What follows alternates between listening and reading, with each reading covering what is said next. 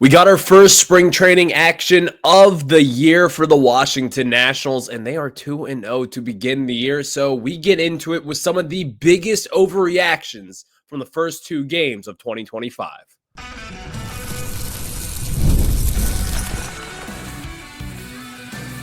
You are Locked On Nationals, your daily Washington Nationals podcast, part of the Locked On Podcast Network, your team every day. And thank you all for making Locked On Nationals your first listen every single day, as we are free and available wherever you get your podcasts. And of course, I'm your host, Ryan Clary. You can catch me over on Twitter at RyanClary11 and as well as our show page at LO_Nationals. For all your latest Nationals news and notes, make sure to check us out over on Twitter. And of course, search up Locked On Nationals wherever you get your podcast, whether it's on Apple, Spotify, and of course, the video version of this podcast you can check out over on YouTube. And you might see a revamped studio here from the Locked On Nationals studios here in Arlington, Virginia. So you'll want to check that out.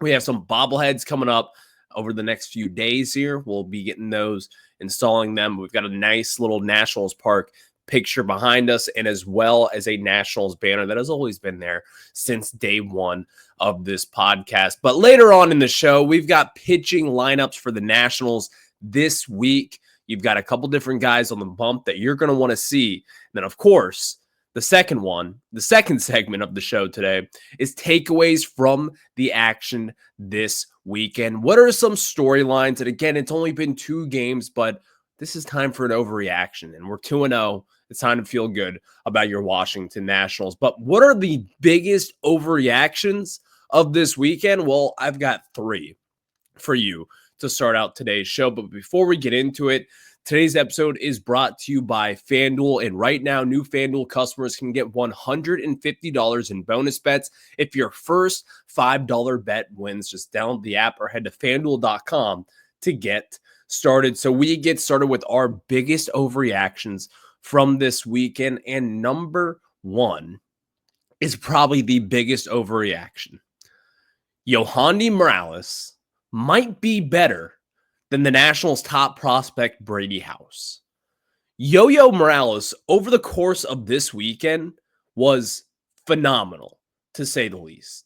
He had a couple big-time hits for the Nationals. He had that double in yesterday's game, in which was a very, may I just add, big hit for the Nationals later on in that game. Having a double, showcasing the power, driving in runs, that is exactly what he did all weekend long. And getting into that next game yesterday with Yo-Yo Morales, he was kind of one of those wild card characters where this is going to be a big spring training for him. He's going to be one step away from the major leagues. This is someone who has played third base. He has played first base. And we all know that Brady House is the future over at that hot corner position. But don't forget about Yohandy Morales, because the proof is sort of in the pudding. Let's just say I believed in the fact that Yohandy Morales would be better than Brady House. I don't think that for now. But with that in mind, Yohandy Morales has been ridiculously good over the past few seasons. In 2023, when he first got the call after he was a second round pick, in that season, he had a 917 OPS in those 42 games.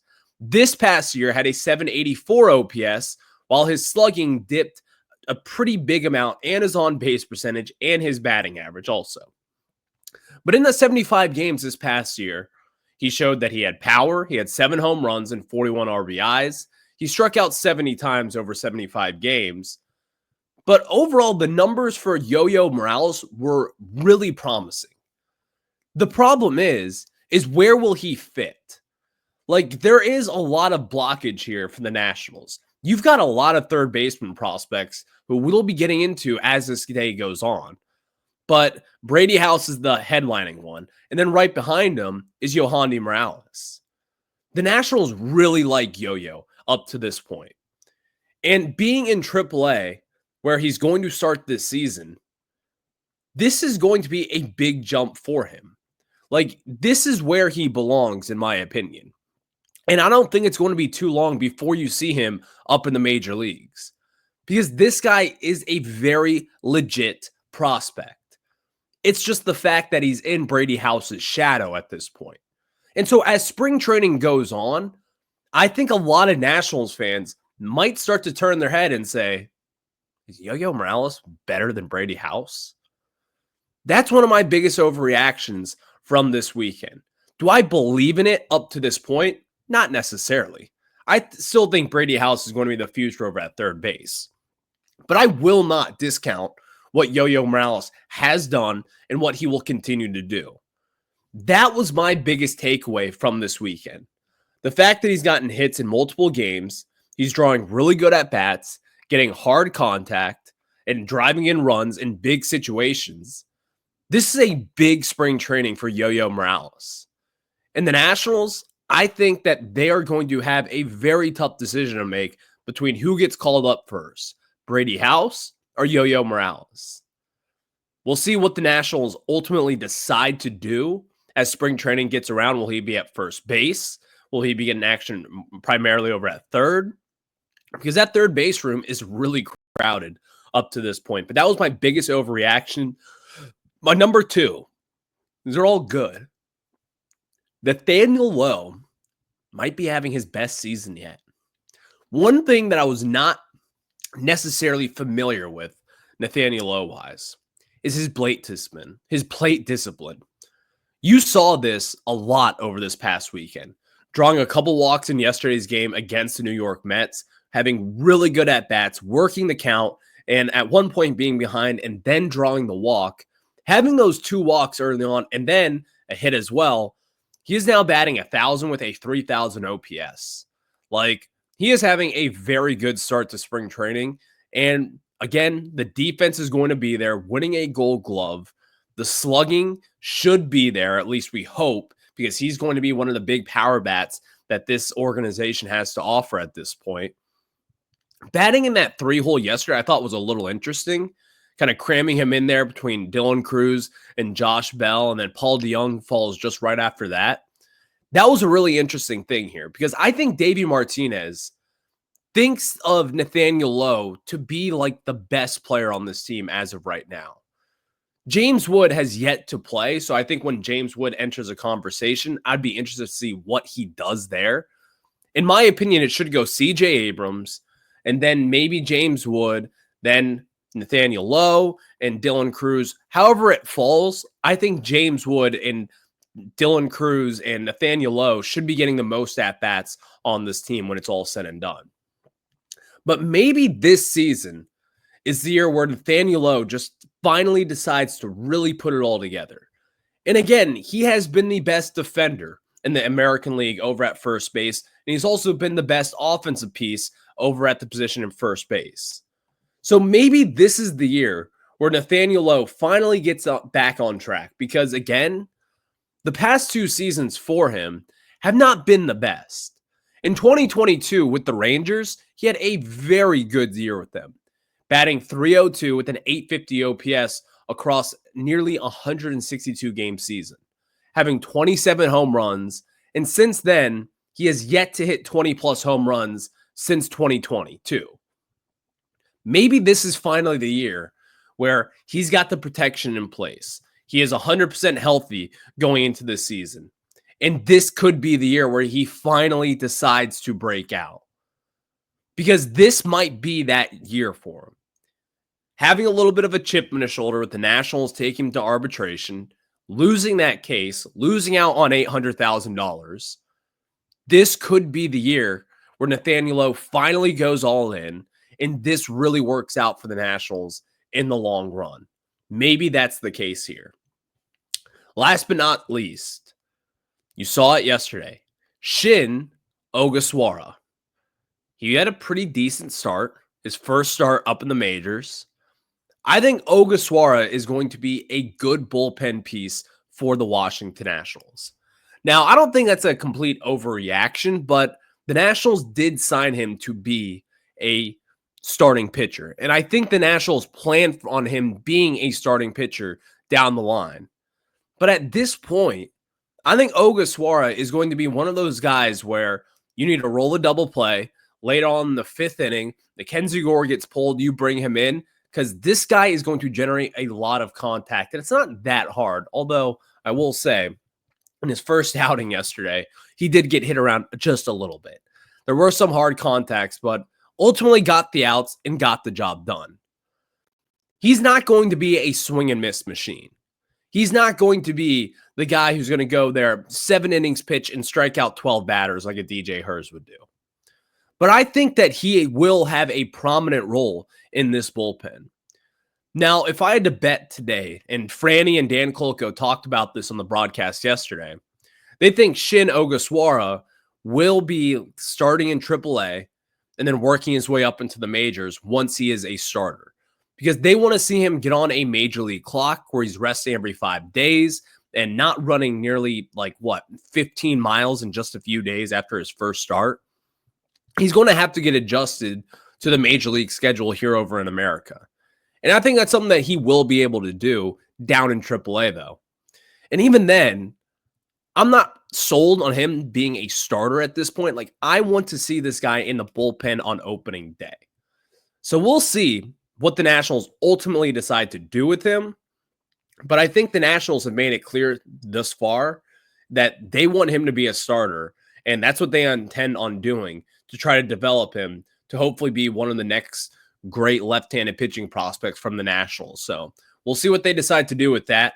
But now let's get into some big takeaways from this weekend, because there's a lot of third basemen, guys. There's a lot of pitching prospects. There's a lot to unpack from the first 2 games. So we'll get into that, some of my takeaways from this weekend. But before we jump into that, let me tell you about our friends over at FanDuel. And of course, you guys know that when the game tips off, the NBA action is just getting started, and there's no better place to get in on it than FanDuel, America's #1 sportsbook, because with FanDuel, you can place live bets throughout the game. So even if you miss the opening tip-off or want to be on a fourth quarter comeback, you can stay in the action. And if you're looking for a bigger payout, you can even combine your live bets into a same game parlay. And I love using FanDuel's live betting features because it keeps every moment of the game exciting. Whether I'm backing my team for a late game rally or picking a player to hit a clutch 3, I never feel like I missed my chance. Plus, the app is so easy to use, and when you win, you get paid instantly. So right now, new FanDuel customers can get $150 in bonus bets if your first $5 bet wins. Just visit FanDuel.com to join today. That's FanDuel.com for your one shot at $150 in bonus bets. Again, FanDuel.com for your shot at $150 in bonus bets. So make every moment more with FanDuel, the official sports betting partner of the NBA. Thank you all for making Locked On Nationals your first listen every single day, as we are free and available wherever you get your podcast. Later on, let's talk about some pitching matchups for this weekend, as you have got a pending free agent going up against the Nationals that I want to talk about a little bit later on. But takeaways from this weekend, my number one takeaway was that Caden Wallace, one of the Nationals prospects that they got in return for Hunter Harvey this past deadline, looks to be the part defensively. And if you are not aware of Caden Wallace, he was a 2nd-round pick by the Kansas City Royals just a few years ago. And in yesterday's ball game, he had a walk, he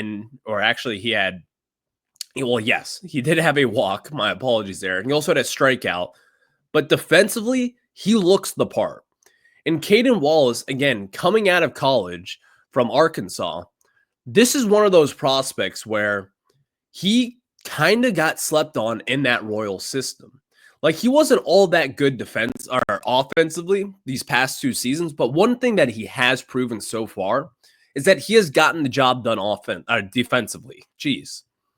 So you look over at third base and his work over there. He's always been pretty sure-handed there and looks to be a good, solid defensive contributor over there. But the Nationals have decided to put him over at second base to just kind of see what he can do. And he has passed the test so far. The Nationals, they have one thing that, remember last year, they went in and they're like, it doesn't matter how fast you throw ball 4. That was like their thing, meaning they want to throw strikes. This season seems to be about the defense and playing better defensively. Because if you are better defensively, it's going to help your pitching. And in this case, the Nationals have a very young staff here. It feels as if this kind of motto of this year is about the defense. And they want to see those guys take steps up and contribute onto not just the major league side, but also the minor league side of this. So Caden Wallace, seeing what he could do defensively yesterday was really encouraging. Because again, he's behind Brady House and Yohandy Morales over at third base. Good luck getting up into the majors with those two guys in the way that they are really kind of prized in this organization. So Caden Wallace looks to be the part defensively and played well at second base, but we'll see what the Nationals decide to do with him. Will he be a third baseman? Will he be a second baseman? Or will he just be that utility defender that the Nationals will need down the road? My number 2 takeaway, Jackson Rutledge, 2019 first-round pick, should probably be just DFA'd at this point. We have tried it with Jackson Rutledge. You have tried it out of the bullpen. You've tried it as a starter. The stuff is not there. He walked 4 straight guys in yesterday's game, and at any level, that is hard to do. It's the first appearance of Jackson Rutledge for this spring training, so this could fit in the overreaction category, and it is a little harsh to say that he should just be DFA'd at this point. But Jackson Rutledge, like, we've tried. He was coming out of JUCO in 2019. The time is now. It's 2025. Like, it's not going to work out. At this point, I would rather have Yohan Adone than Jackson Rutledge in the bullpen. I'd rather have Yohan Adone than Jackson Rutledge as a starter, even in AAA. Because I think Adone actually has pretty solid stuff. I couldn't really tell you what Jackson Rutledge can provide at this point. And it's a shame because this guy was once a really good prospect and was an exciting feature in that 2019 draft where the Nationals kind of got lucky to take him later on in that round. But it's just not working out. Walking 4 straight guys in your first appearance of the spring is really discouraging. And he might as well just go out there these next few outings that he has, and he might just blow the doors off and be really good. But having him take up something on this roster that I just does not make sense at this point. He is coming off a season of which was a really, really poor season for him down in AAA. And if you were to look at the numbers of what he kind of put up this past year down in the minors, like, it was not good by any means. In 27 starts, he had a 6.4 ERA. Patrick Corbin called and wanted his line back. That's what we are looking at this point. And in 2023, he did have a good bounce back year after 2022, nearly having a 5 ERA. But right now, it's simply not doing the trick. In the Nationals, they're going to have a serious conversation about him being on this roster moving forward. So Jackson Rutledge, unfortunately, it's not working out. Dylan Cruz, third, looks poised for a very good season. And my goal, as of right now, that I think is very attainable and I think might change for the better, is a 2020 season. You saw the double or the triple in yesterday's game. You saw him steal a base. He's going to be great defensively, and we know that he will be really good offensively, but how good? He looks poised to have a big year. In talking about this, again, Kevin Franson mentioned on the broadcast, and it seems as if this is like a new Dylan Cruz, and that this is going to be something that we will be getting used to. Dylan Cruz knows that a lot of pressure is on him. Like, if the Nationals will be good in 2025, it will be on the backs of a lot of these veteran players, but also the young pieces like James Wood and Dylan Cruz. I think he's going to be very poised for a good season. And Franny talked about his attitude kind of going into this year, how he seems more comfortable. This is his second big league spring training. He knows that he's going to be in the opening day lineup. He knows that he's going to be a big part of this future. Having that understanding will be a huge jump for Dylan Cruz going into 2025. So having him look as poised as he does so far is really encouraging for what a lot of people expect to be a big year for number 3, Dylan Cruz. So I think he's going to be very good this year, and it's a really encouraging start for him. Steal some bases, show off some power, and just look good overall defensively as we sit here today. Real quick, I've got 2 more that I want to get to. The Nats bullpen and really the Nats pitching depth overall is real. Like, they have got a lot of young, talented pitchers in this system.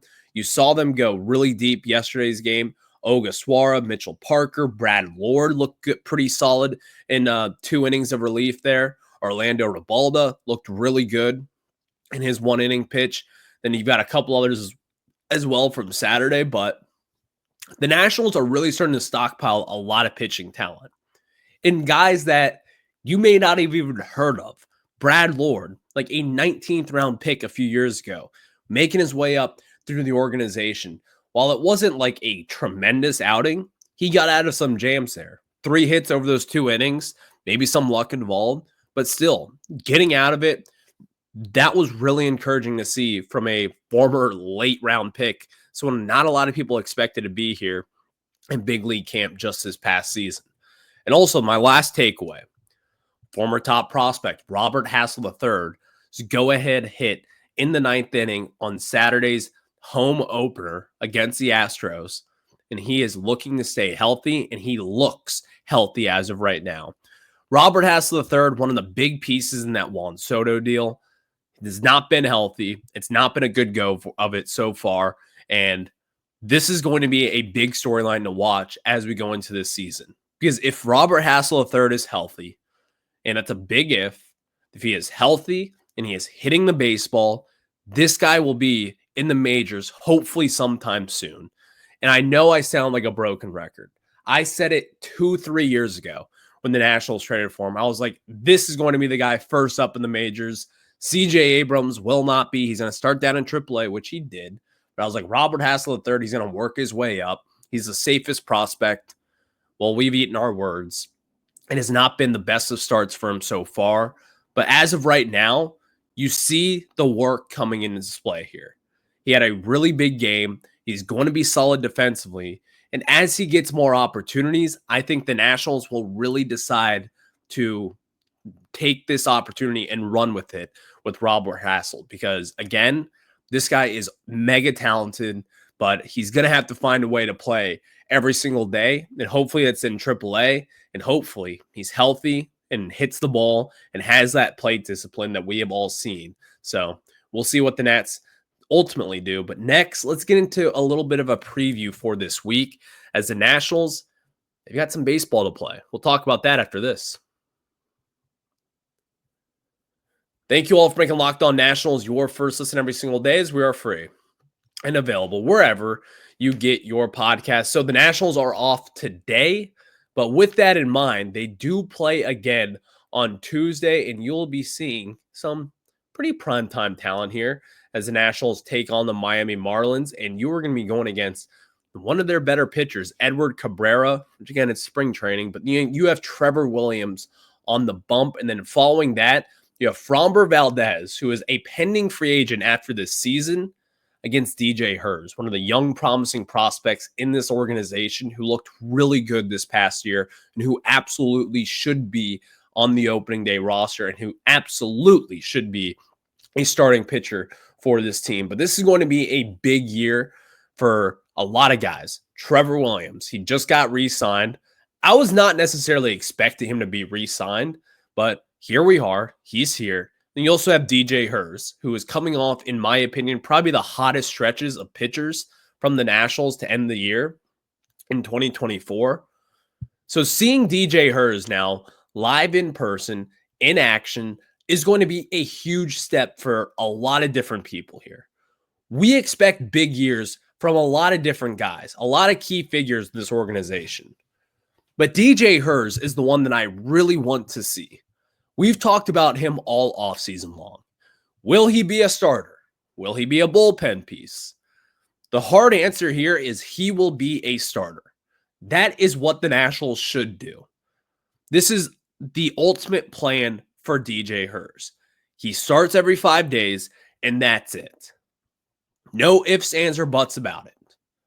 So I think the Nationals, because if you kind of follow along here, Mackenzie Gore was supposed to pitch over this weekend, did not. He's just still working up, whatever. It's no big deal whatsoever.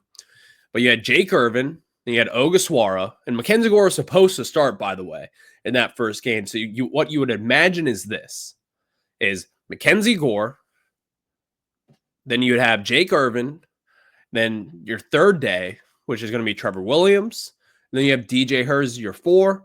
Then I'm assuming Soroka is going to be on that 5th day, unless it's going to be Mackenzie Gore. They could be tipping the rotation with those 5 guys in a row. Now, they threw an Ogasawara in there. They want to see him and what he does and get on that 5-day schedule. So, with that in mind, I think it's going to be really interesting to see what the Nationals do. And you kind of have to read between the lines of these things. The way that they decide pitching matchups and the way that they decide who goes when early on in camp, I think might kind of tip their hand a little bit of what they could be thinking as far as this rotation goes. Because also, just keep this in mind, Mitchell Parker did not start a game this weekend. He did come out of the bullpen. So that was interesting, to say the least. But thank you all for making Locked On Nats your first listen every single day, as we are free and available wherever you get your podcasts. I will catch you guys on the flip side. Enjoy the day off for the Nationals, and then tomorrow we will have a fresh baseball game to discuss on Locked On Nationals. I'll catch you on the flip side. Have a good one. Go Nats.